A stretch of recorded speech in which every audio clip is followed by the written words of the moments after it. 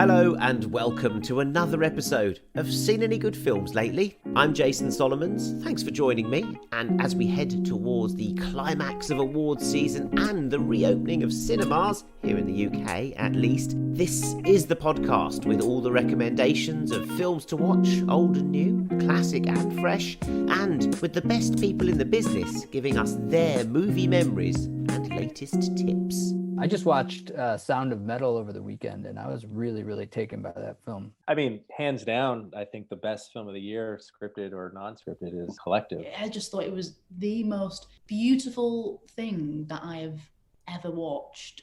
There's a music theme to today's show. My guests, you heard snippets of there, are the directors of Tina, the new documentary about Tina Turner. They are Dan Lindsay and TJ Martin. You heard from Dan. You heard from TJ, and the brilliant British rising star actress Olivia Cooke, who's currently starring in the excellent Sound of Metal opposite Oscar and BAFTA nominee Riz Ahmed. So we'll hear about the making of those films and what Dan, TJ and Olivia recommend right after I tell you if I've seen any good films lately. Believe I'm so late to the party on this one, but what a party. I'm talking about Rada Blank in the 40-year-old version. Let's start by saying congratulations to Rada on her BAFTA nomination for Best Actress in this, and also congratulations to BAFTA for recognising it. This film could so easily have been overlooked. I mean, I overlooked it myself, but this nomination pushed me back in to discover it on Netflix, and I'm so glad I did. It's one of the most enjoyable films I've seen during awards season. It's about Rada, who plays a version of herself, a character called Rada, who's a 40-year-old version of Rada, as she's reaching that milestone, and she wants to be the best version she can be of herself, which means getting her playwriting career back on track while she's still teaching a class of drama students in Harlem. Shot in black and white, with freeze frames and jump cuts and jazzy interludes, you're reminded of Spike Lee's She's Gotta Have It, both the original 1986 movie and the TV update series which Spike did of that, which I'm always recommending and which I love and which is also on Netflix and, I find out, for which Rada also wrote. This film is about gentrification, finding your voice, being yourself.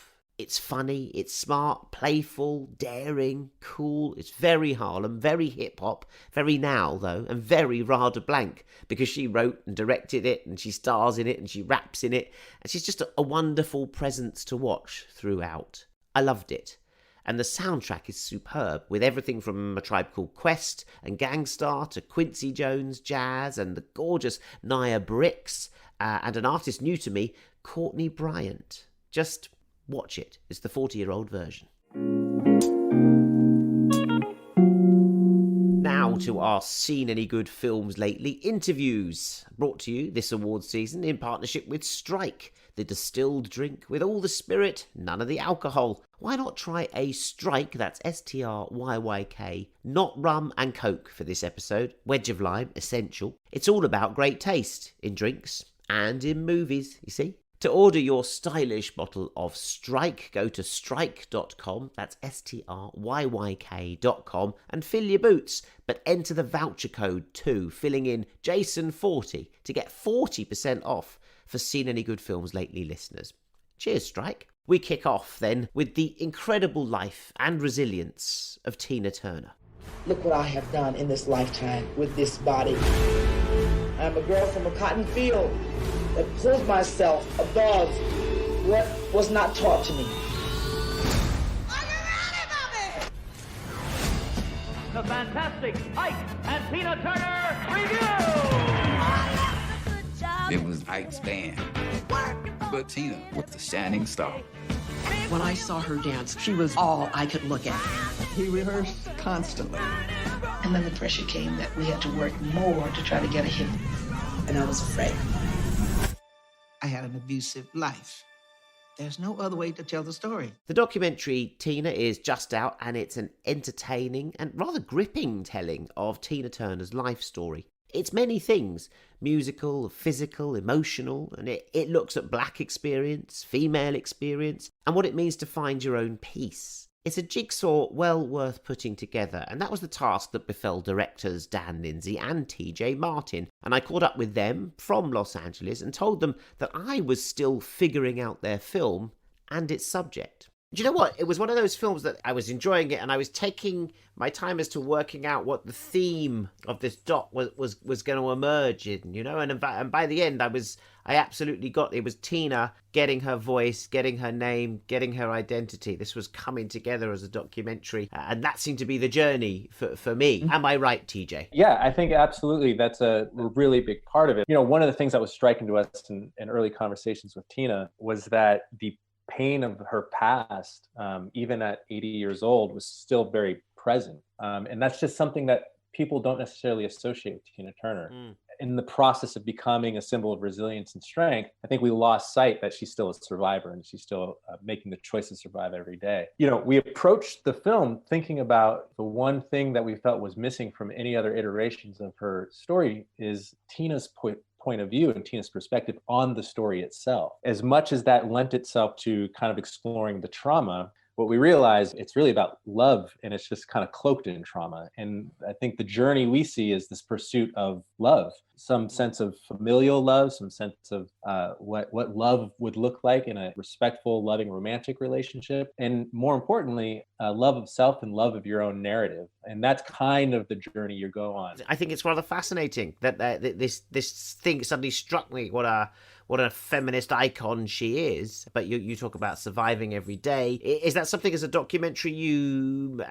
maker, Dan, that you went into a bit further? You suddenly discovered about the trauma of survival. It seemed to me that I hadn't quite realized how deep it could go and how long it could gestate, how long it could kind of keep resurfacing. When we'd seen Tina, I thought, yeah, she's kind of thrown it off and she's kind of her own person, a private dancer. But no, it's still completely as if it were yesterday to her. That's kind of one of the discoveries we had earlier on in the process. And it's funny that you describe the experience of watching it, kind of like, what is the theme? What is, and that's kind of our experience of making it. We signed on to do the film, and we were well aware of broad strokes of Tina's story, right? And that was an initial thing to us, is like, oh, well, there's this story that's attached to this person.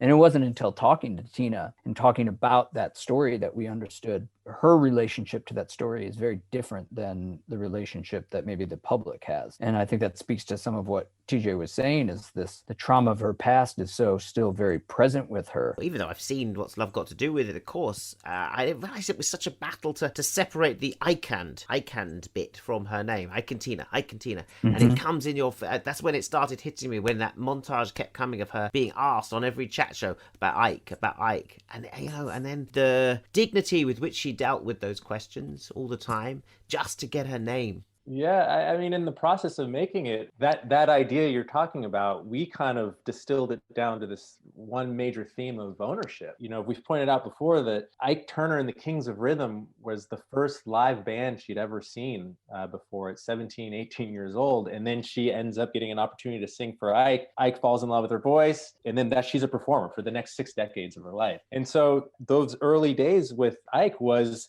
the beginning of this very highly insecure man seeing her as a commodity and starting to put some sense of ownership over her by giving her name.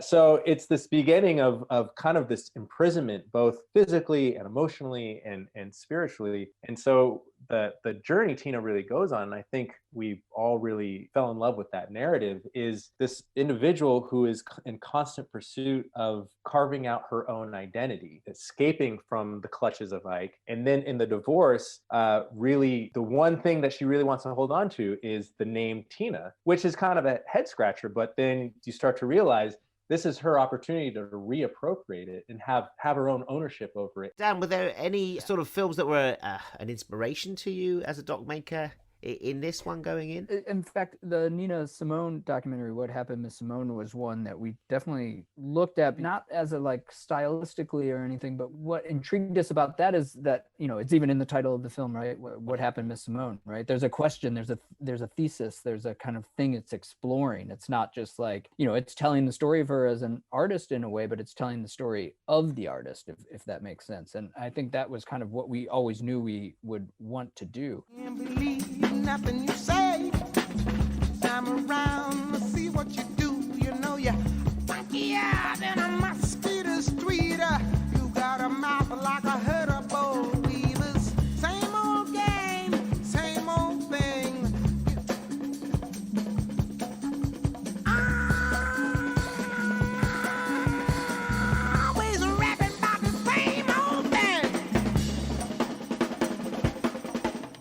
It's so funny because usually our references are, we're knowing we're working in nonfiction. We still want to make a cinematic experience. So we tend to reference scripted films. And this was the first one where we were having a hard time finding something that would be our North Star.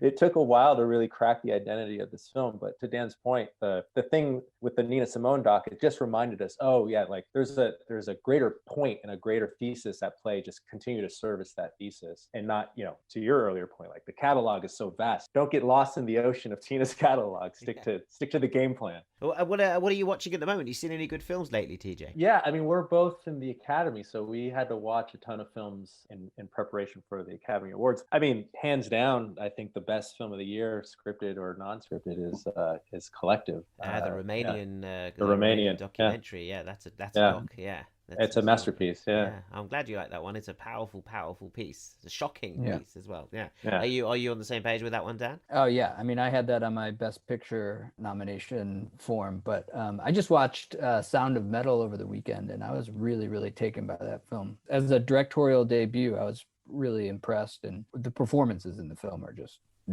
incredible. Riz Ahmed, Olivia Cooke. Yeah. I'm glad you like Riz. He went to my school. I mean, I'm older than him. Oh, really? Oh, yeah. awesome. I'm older than him, but I like to claim something. Yeah. If I could send you back to a film set in history, again, the power of time travel, which film set would you go to, Dan? Boogie Nights pops into my head just for the entertainment value of being on set. Why wouldn't you go to the pool party? I'm assuming you're going to the pool party. Exactly. Maybe you're going to the disco. Then maybe you're going to the nightclub. All of it. All of it. It's all. There's a lot of. You're doing the 7-week shoot, right? How you doing? Oh, Miss Lovely Amber Wade. So what's that? I've been pissed off you haven't been around. Oh, we were on vacation. Listen, don't you ever stay away from my club that long again, okay? You got it. Ain't not for nothing, honey, but you are the sexiest bitch in the day. God, dude, I love you. Such a charmer. Okay, listen, I got your booth set up over there, some clams. I'm gonna send them right over. Listen, Jack, I'm ready. I'm available. You put me in a movie, okay? We're talking box office. Box office, Jack. Yeah, no, that's such a wonderful question. There's such a difference between being on set and films that have inspired you don't have to work, you're just there to imbibe. I mean, you could hang out with whoever you want to hang out with. Maybe there's an actor you want to hang out with in particular, or just go to a particular scene that you love and say, yeah, I want to be there for the shooting of that scene. Yeah, Boogie Nights is such a good one. I'd probably say Battle of Algiers, because it's the blending of the mediums. This presentation in a documentary form is something that I think people now talk so much about, the hybrid nature, people exploring the hybrid of scripted and non-scripted, but yet that was kind of this early form presented in what seemed like a documentary medium that had such immediacy to it and also affected audiences in a way that actually, like, it made sense to present it in that way, where it actually had the desired outcome in terms of effect. Yeah, I think it would be potentially a frightening experience. Maybe that's why I like it. Yeah, for the bomb going off scene. For the bomb going off, yeah. With Gilly Pontecorvo. Very quickly, TJ Martin, when you were growing up, did you have a film poster in your bedroom, in your student hall? I think I had like a Pulp Fiction poster. Yeah.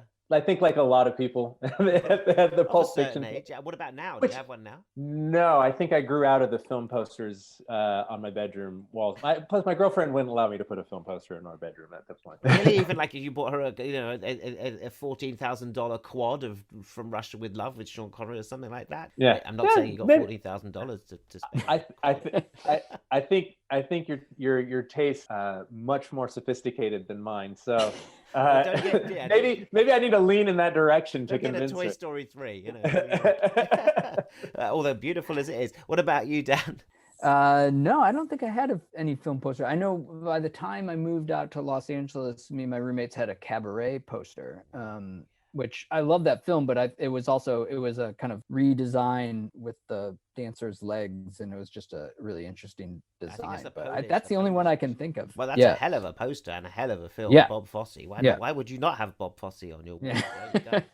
Congratulations on Tina. As I said, really, really fascinating watching it all come together and it kind of dawning on you what this film's about and what this great artist is about. And I think that's something really important too. She's a great, great and important popular culture artist and soul artist. Definitely. So you've nailed that.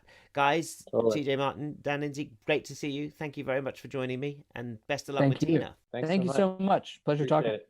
But whatever the reason. reason you do it for me. Oh, what's love got to do? It's got to do with it. What's love but a second-hand emotion? What's love got to do? It's got to do with it. Who needs a heart when a heart can be broken? Oh yeah, Tina Turner and What's Love Got to Do With It? That video is so 1980s. I just love it. And Tina, the documentary, is on Sky Documentaries, it's on Amazon, it's on Now TV and Altitude.film. I loved my Private Dancer album. I've still got it on vinyl in a cupboard downstairs. Don't know where my stonewashed denim jacket is though. You heard Dan Lindsay and TJ Martin talking about how they loved Sound of Metal in their Seen Any Good Films Lately section there. Well, let me rustle that right up for you then. My next guest is Olivia Cooke, the British actress who's fast rising up the Hollywood ranks, from starring in Bates Motel to Me, Earl and the Dying Girl to Thoroughbreds with Anya Taylor-Joy. Horror films such as The Quiet Ones and Ouija, in which Olivia is just brilliant throughout. Vanity Fair on ITV. She's caught my eye basically every time with their intelligent, committed performances. And now she's in BAFTA and Oscar-nominated Sound of Metal, playing the lead singer and guitarist in the White Stripes-style rock duo, in which Riz Ahmed is the drummer who loses his hearing, plunging the band and their rock lifestyle into disaster. Go back to that place. I need you to wait for me. Okay? You're it for me, Lou. You're my fucking heart. You're it for me. Okay? You gotta wait for me.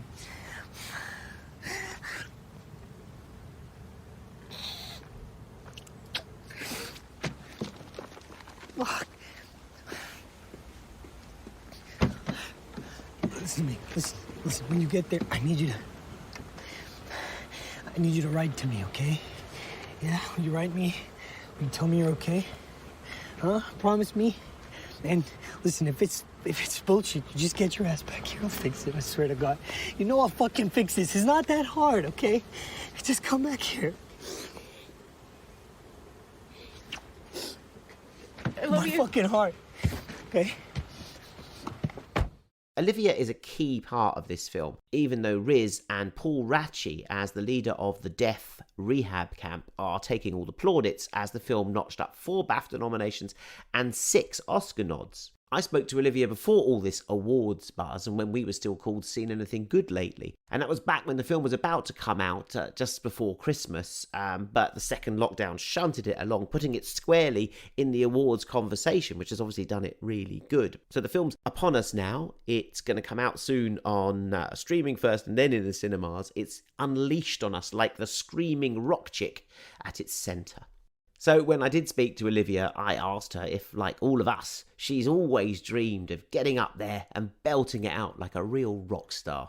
Yeah, in a way. I mean, you're in the shower and you're singing your songs and you imagine that you're on stage and you've got all these adoring fans. But I think when you're coming to do it and you're like, I'm Olivia Cooke from Oldham and now I have to pretend to be this screaming metal industrial punk singer, it's just like you have to really remove yourself and be like, just suck it up and just do it. And it is exhilarating, but it's just more the fear of doing something wrong and completely humiliating yourself in front of people that you've gotten to know really intimately. Did you have anyone in mind as a sort of rock goddess, the icon for yourself? The woman who taught me how to scream and how to play guitar and how to loop, Margaret Sade, she has a band called Pharmacon, and she is kind of Lou. She is incredible. So I did nick and steal and borrow a lot from her. But then, you know, I wanted to have this the swag of like Debbie Harry, because it's so different to who Lou is in her regular life. Yeah, I was going to suggest a touch of Debbie Harry.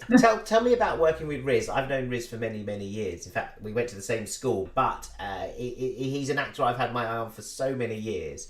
And I think he's just coming into his own right at the moment. He's got this strength to him, this weakness. What's he like to actually work with and play off of? He's brilliant. He has a mind like no one I've ever met before. It's like a filofax of information. He's just so incredibly intelligent and also really funny and has this really like frenetic energy that is quite intoxicating to be around, and also can be really still and really soulful and have this just great depth of emotion. He's brilliant, and it makes my job so much easier. But he's used to this rock star stuff because he performs, he's a rapper and a DJ. He's used to the adoring crowds. But it's different as well because he's a rapper and he's a musician, but I think him learning another language, learning ASL, and also learning how to play the drums is just such a different muscle to engage in. Have you ever fancied that life, that little rock and roll life, that living in a trailer of some sort? I mean, there's something loose and romantic and sexy and glorious about it, and there's also something grubby and messy and all that. Yeah, I understand the romantic notion, but I just don't like grub. I don't like dirty. So maybe I could do it for about a week, and then I'd just crave just having like a full-on shower where it's so hot my skin wants to peel off. I think there was talk of it in the beginning of like, oh yeah, maybe you and Riz should live in there. And I was like, absolutely not. It is August in this tin can in Boston. Are you joking? Would you be a sort of person who would tidy up, do the cooking, or would you be the sort of person that lies in late and doesn't get up? I do love a lie-in, but I don't like to lay in my own filth. So I would be cleaning and probably doing the cooking as well. I just want like a tidy home is a tidy mind. And I think I just want everything to feel just breathable. How's it been for you? Because, as I said, I saw you in the quiet ones just straight away, and I thought, brilliant, she's amazing. We've got to talk to this woman. And then we never could because you were off doing Bates Motel, and then you were working with Anya Taylor-Joy, another one, and you just kept going, and it's been really difficult to kind of actually sort of get you settled for a moment, see you in the right kind of film, and get hold of you to get you on the show. So it feels like it's just been a constant whirlwind for you, Olivia. Yeah, I just never foresaw my career being this way at all, and so I think the opportunities came, and I just went along with it and didn't really look up, and maybe until last year really, when everyone was kind of forced to just sit and be with themselves for a little bit. What are you watching? You seen anything good lately? Got any recommendations for me? I'm really enjoying it. I'm watching The Long Way Up with Ewan McGregor and Charlie Boorman, and they're on electric bikes. They're traveling from the bottom of South America all the way up to LA in 100 days, and never done it before. They're having electronic charging stations. It's lovely, Ewan McGregor, gorgeous smile. Charlie Bowman, gorgeous smile, and they're just riding around, and they're in the Andes, and they're going along these salt lakes, and it's just beautiful. It's a tonic, and also like a bit of travel that I'm definitely just not going to do for a while. You're not doing that. You don't like all that scuzzy camping stuff. You want to be clean and showered, you told me. But to live vicariously is quite nice. Yeah, it is. That's what we watch this. Good shout, The Long Way Up. I would never have thought you'd be watching that. Yeah. Oh God, I love it, yeah. Biker girl. I'm thinking back, what was the first film you ever saw? It was probably Sound of Music, because that's my mum's favourite film, and I remember that always being on. And the Nazi stuff kind of goes over your head when you're a child. Julie Andrews and the beautiful songs that she sings, and the hilltops and the costumes, and just how beautifully it was shot. I think as a kid it just feels like candy. And you want to be one of the kids? You want to be 16 going on 17? Absolutely. I think probably he was my first crush. Yeah. So you've gone from Sound of Music to Sound of Metal. You see, it's really not very difficult. Oh, you know what? Full circle. Yeah. It's going to happen. You know it's going to happen. Tell me about a film that changed your life. Now, it's either one that you remember watching and you thought, God, I didn't know world could be like that, or film could be like, or being in one, or preferably both, because you've managed to do both. I remember I saw Phantom Thread, and I saw it at BAM in Brooklyn, and there was a live orchestra playing along to it, and then I just thought it was the most beautiful thing that I have ever watched.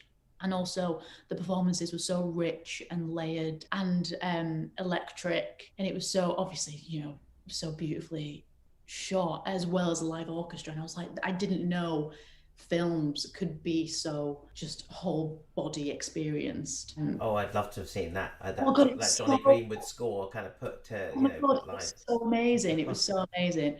And so even though that was only a couple of years ago, I do remember feeling like this is like a drug. I hope to be in something like this one day and I want everyone should feel what I'm feeling right now and to experience these performances. And then a film that changed my life. Probably a film that I did called Me and Earl and the Dying Girl, because I was 20 and I feel like that was the first script and the first role that I was given where someone really trusted me to act, to do some like proper acting. Yeah, and you were great in it. Really interesting. It was a really good performance. Oh God, that's so nice. Thank you so much. Well, it's my pleasure, and thank you for coming on the show. And Sound of Metal is available on Amazon Prime from April the 12th and released in cinemas from May the 17th. Wow, I thought that was great stuff. Thanks to those guests, to Dan Lindsay and TJ Martin, and to Olivia Cooke, and of course thanks to Strike for their continued support with all the spirit, none of the alcohol. There's just time for me to recommend The Mauritanian. It's the new film from Oscar winner and BAFTA winner Kevin MacDonald, who in a varied career has done Touching the Void, The Last King of Scotland, State of Play and Whitney, about Whitney Houston. He's back with The Mauritanian, which has earned him 5 BAFTA nominations, including Best Film and a nod for Taha Rahim as Best Actor. Taha's fresh from The Serpent, and he here is playing Mohamedou Salahi, whose real-life diary this is based on. He's the Mauritanian snatched by US agents in 2002 and dumped in Guantanamo Bay and tortured without charge, held there for 14 years. So the film is about his struggle to stay sane, to cling to life, to defeat his tormentors, and the battle for justice outside, waged between Jodie Foster's pro bono defence attorney, Nancy Hollander, and the military prosecutor, Lieutenant Colonel Stuart Couch, played by Benedict Cumberbatch with a buzz cut and an upright sense of duty. The Mauritanian is about loyalty and uncovering miscarriages of justice and morality and all those cover-ups that lead right to the top of government. It's got echoes of 1970s conspiracy thrillers and courtroom dramas, and it's got scenes of very tough-to-watch torture.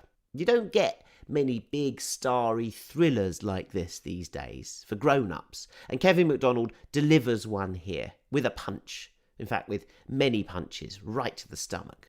You gotta tell me what happened, Mohamedou.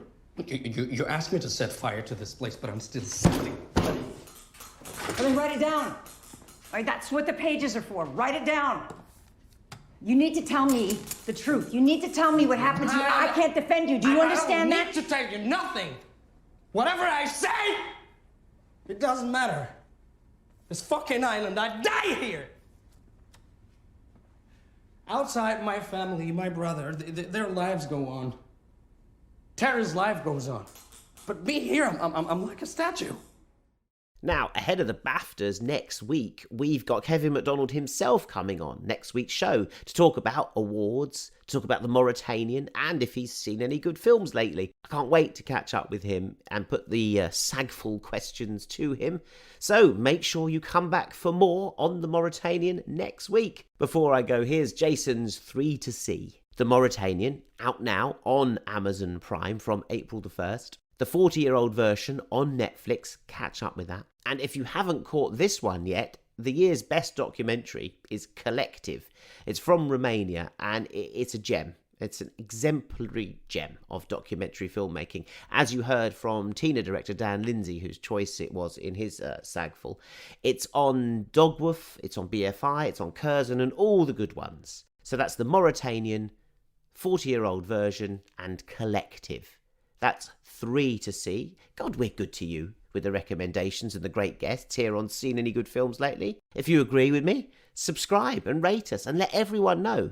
We'll see you next week, and I'll leave you with a blast from TJ Martin's film poster pick and the song that played, very sadly, at the funeral of my old journalism tutor, Bob Jones, at the end of last week. Thanks so much for everything, Bob, and no truer words than these, old chum.